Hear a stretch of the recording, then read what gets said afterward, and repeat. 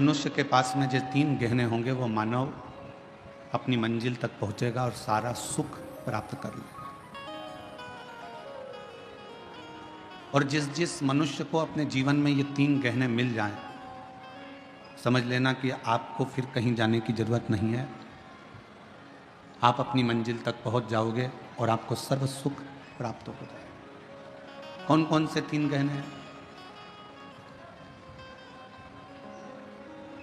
वो तीन गहने हैं। पहले नंबर का है विश्वास। जम के बोलो, कौन सा गहना? विश्वास। आवाज नहीं आई, फिर से बोलो, विश्वास। शिव जी ने पार्वती जी को तीन गहने बताए, उसमें से पहले नंबर का गहना है विश्वास। और वो विश्वास किस पर होना चाहिए? एक विश्वास होना चाहिए अपने आप पर कि मैं जो करूंगा वो अच्छा ही करूंगा और मुझे उम्मीद है कि मैं एक ना एक दिन अच्छा कर कर रहूंगा। ये विश्वास।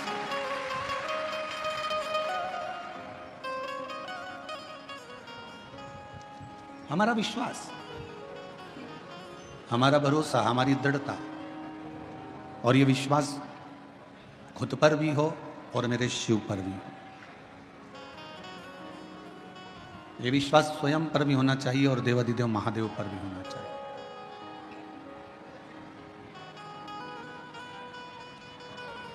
और जब हमारा विश्वास, जब हमारा भरोसा, जब हमारी दृढ़ता बढ़ जाती है,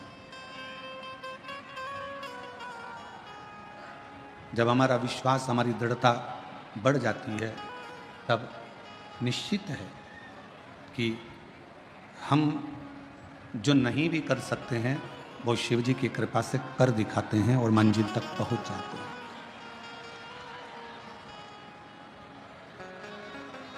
हमारा विश्वास एक हमारे भीतर का गहना है,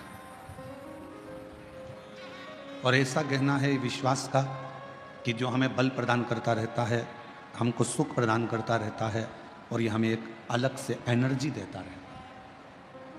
और शंभु शरण मांगू घड़ी रे घड़ी, दुख काटो दया करी निदर्शन आपो। ओ शंभु शरण पड़ी मांगो घड़ी रे घड़ी, दुख काटो दया करी निदर्शन आपो।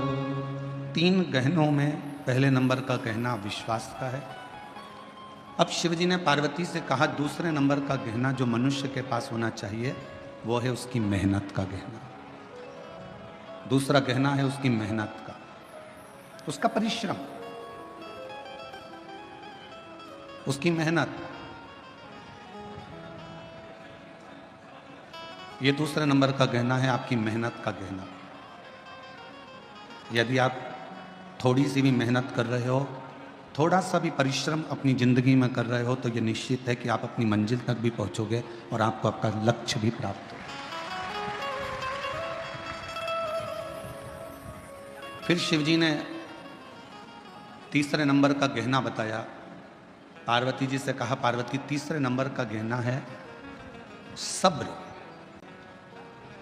थोड़ा इंतजार, थोड़ी प्रतीक्षा।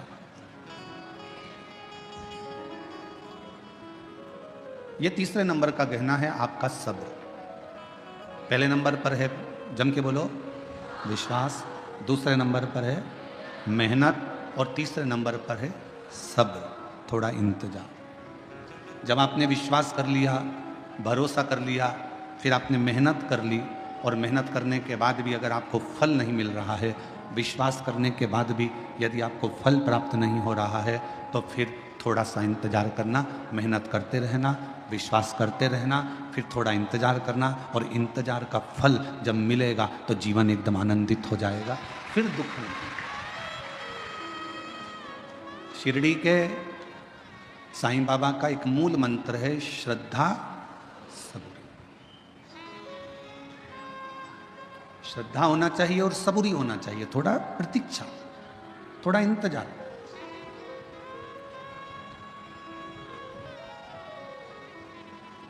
आपने इंतजार ही नहीं करा तो फिर जीवन का कोई आनंद ही नहीं है। जो सुख प्रतीक्षा में है वो सुख मिलने में नहीं है। बोलो सही है कि गलत है? जो सुख प्रतीक्षा में है, इंतजार में, वो मिलने में नहीं है। कैसे? प्रैक्टिकल करना।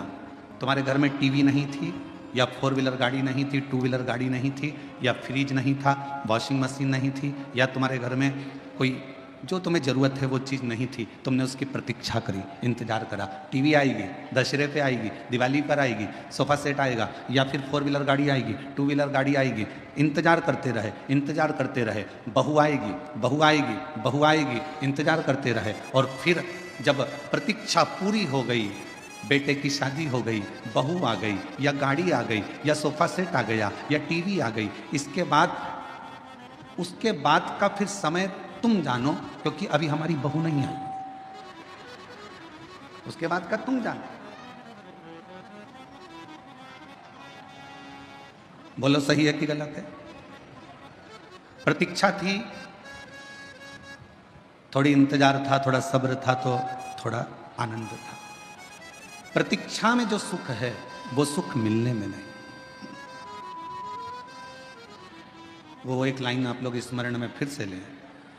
तुझसे मिलने के लिए तेरी कसम, तुझसे मिलने के लिए तेरी कसम, एक मुलाकात जरूरी है सनम, एक मुलाकात जरूरी है सनम। प्रतीक्षा करो, इंतजार। और जो सुख इंतजार में है वो मिलने में नहीं है।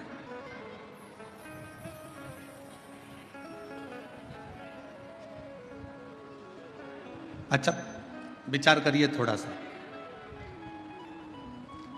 जब तक भगवान नहीं मिल रहा ना, शंकर भगवान, जब तक तुम्हें शिव महापुराण की कथा नहीं मिलती ना, 1, 1:15, 1:30 बजे तक तुम ऐसी बेचैन रहती हो, इधर उधर उधर उधर उधर।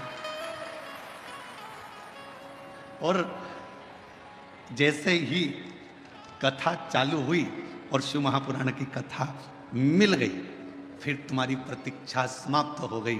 फिर उससे मिल लिए, कथा 2.5 घंटे की कानों में पड़ गई। अब फिर जैसे ही सुध नहीं रहेगी, क्यों इतनी जल्दी 4 बज गई? जिसका इंतजार रहता है ना, और उससे अगर मिलन हो जाए तो उससे मिले हुए 10 घंटे, 12 घंटे, 8 घंटे, 4 घंटे थोड़े से लगते हैं। इतनी जल्दी? फिर 4 बजते से ही अपनी अपनी दरी संभाली, बेग पीछे करा, दरी संभाली, बेग पीछे करा। मैं संचेती परिवार विशाल जी की मम्मी जी से कहूंगा आपसे, एक बार रात्रि के समय पर यहां आकर दर्शन जरूर करना। ऐसा योग कभी दूसरी बार बीजापुर में नहीं बनने वाला जो दर्शन का योग है। आप आइए। आप शिव जी की परम भक्त हैं, विशाल जी की माता जी शंकर जी की परम भक्त हैं। कई सालों से सोमवार का व्रत, चाहे कुछ भी हो गया, जिंदगी भर नहीं छोड़ा है। सोमवार का व्रत आज तक कर रहे हैं शिव भक्त। तो मैं निवेदन करूंगा ऐसे शिव भक्तों का रात्रि को आकर एक बार जरूर दर्शन करें, बड़ा सुख मिलेगा आपको। 4 बजते से ही बेग पीछे खसकाया, और इतनी ऐश और आराम की जिंदगी की, कोई बजू वाला जा रहा हो ना कहीं, तो जाते हैं तो मेरी बोतल ले जा, पानी भर लाना।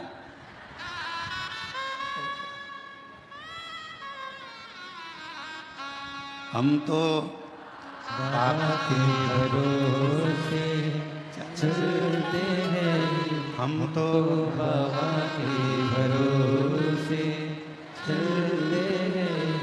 ये दुनिया वाले जलते हैं, ये दुनिया वाले जलते हैं। डमरू वाले के भरोसे चलते हैं, काशी वाले के भरोसे चलते हैं, सीहोर वाले के भरोसे चलते हैं। प्रतीक्षा में जो सुख है वो मिलन में नहीं है।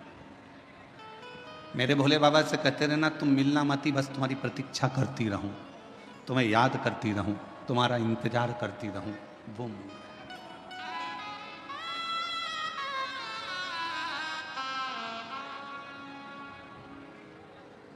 तुम्हारा इंतजार मूल है। मिलने के बाद इतनी फिर आनंदता नहीं रहती है, प्रतीक्षा में आनंदता रहती है। प्रतीक्षा।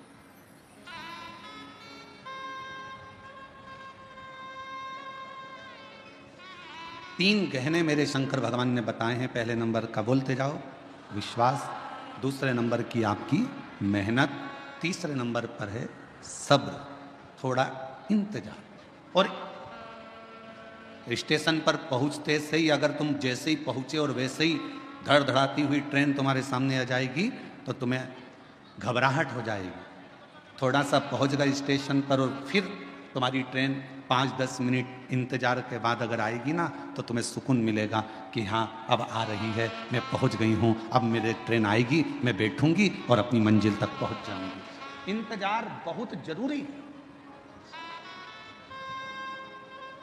और बिना इंतजार के कोई सुख का अनुभव भी नहीं है।